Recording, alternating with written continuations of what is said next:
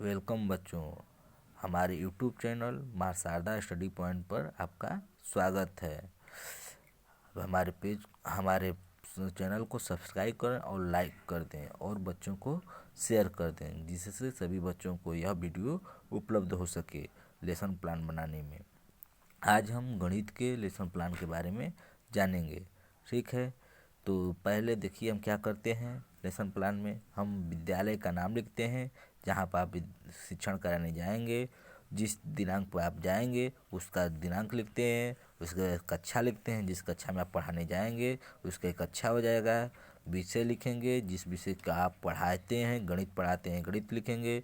उसके बाद कालांश यानी चक्र, किस चक्र में आप पढ़ा रहे हैं, पहला है कि दूसरा है कि तीसरा, जिस चक्र में पढ़ाएंगे उसको उसका क्लास लिख लेंगे आप।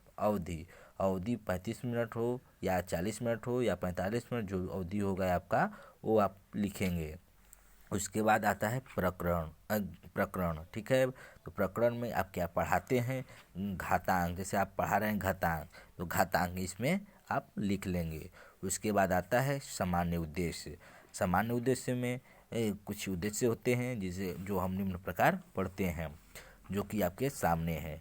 देखिए, जैसे छात्रों में गणित के प्रति रुचि उत्पन्न करना, छात्रों में गणित विषय के प्रति विचार शक्ति का विकास करना। इसी तरह हम कम से कम 10 सामान्य उद्देश्य को लिखते हैं। जब हमारा 10 सामान्य उद्देश्य पूरा हो जाएगा तो उसके बाद हम विशिष्ट उद्देश्य लिखते हैं, जो हमारे ज्ञानात्मक, भावात्मक और क्रियात्मक पक्ष से होता है।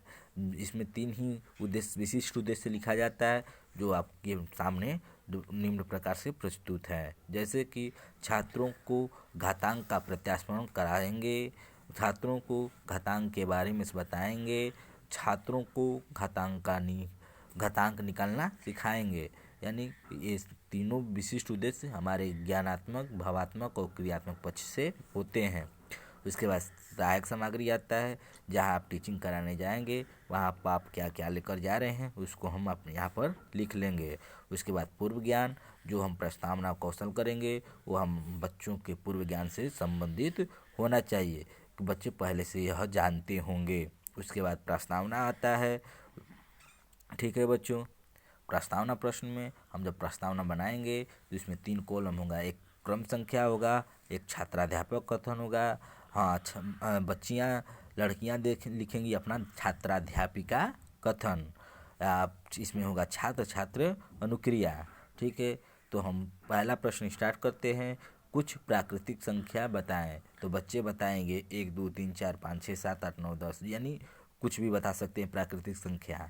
फिर इसी उत्तर से हम अगला क्वेश्चन स्टार्ट करेंगे, शुरू करेंगे कि जैसे संख्या 2 तथा संख्या 5 का गुणा करने पर क्या प्राप्त होगा, तो बच्चा उत्तर देगा कि 10। ठीक है, फिर हम इसी 10 से अगला क्वेश्चन उठाएंगे कि अगर संख्या 10 में 10 से गुणा करेंगे तो क्या प्राप्त होगा, तो 100।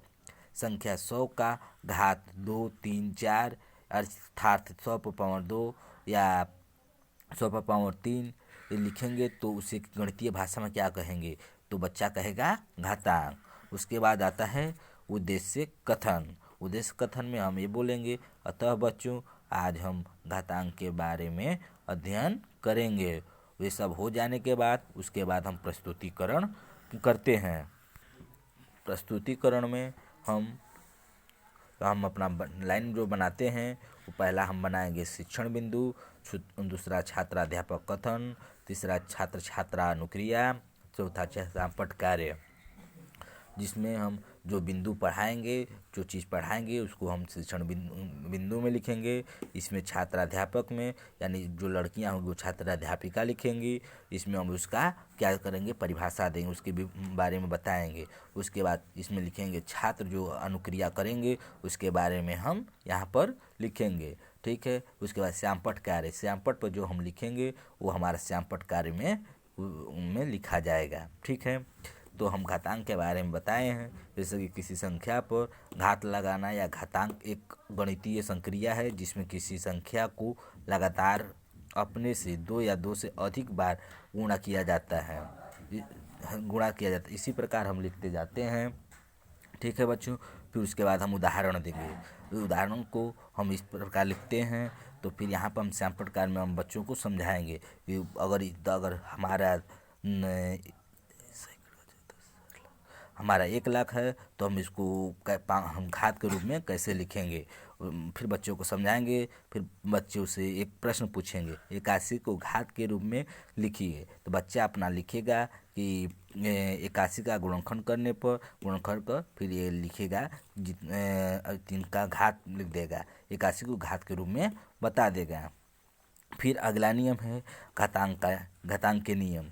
ठीक है, तो फिर नियम पहला हो गया, एक ही आधार वाले घातीय संख्याओं का गुणन निकालना। फिर छात्र अनुक्रिया में छात्र ध्यानपूर्वक सुनेंगे। फिर हम बताएंगे बच्चों को जब आधार सेम हो और पावर अलग अलग हो तो क्या होता है कि पावर 1 में जुट जाता है। इसका हम उदाहरण देखेंगे। उदाहरण लिखेंगे तो जैसे हो गया, हमारा आधार है 3, दोनों में 3 है। फिर हमारा घात है 2 और 4, तो क्या होगा, ये हमारा घात जो है जुड़ जाएगा। तो फिर हमारा उत्तर प्राप्त होगा 3 पर घाते 6। इसी प्रकार हम अपना आगे बढ़ते हुए नियम 2 को देखेंगे। नियम 2 क्या कह रहा है, उसके बाद अब फिर इसका उदाहरण देखेंगे। उसका उदाहरण देखने के बाद फिर नियम 3 है। आप देख लीजिए, हम वीडियो इसलिए लंबा नहीं बना रहे हैं कि आपको दिक्कत होगा, ज़्यादा टाइम लगेगा आपको देखने में, इसलिए हम आपसे रिक्वेस्ट करते हैं कि आप इसी प्रकार देख लें कि हमको ना पढ़ना पड़े। ठीक है बच्चों, तो फिर अगला नियम जैसे इसी प्रकार आप लोग बनाइएगा घातांक का लेसन प्लान। ठीक है बच्चों, तो आप देख चुके होंगे, इसलिए हम आगे की ओर बढ़ते हैं। फिर हम आगे की ओर बढ़ेंगे तो देखिए आपके सामने है। फिर अगला नियम 6 नियम।